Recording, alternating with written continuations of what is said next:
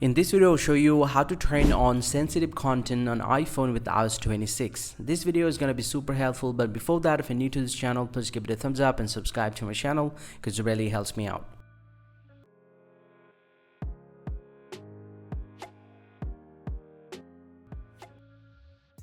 Well, so now to do this process, you just need to head over to the settings app on your iPhone and then scroll down and tap on privacy and safety here.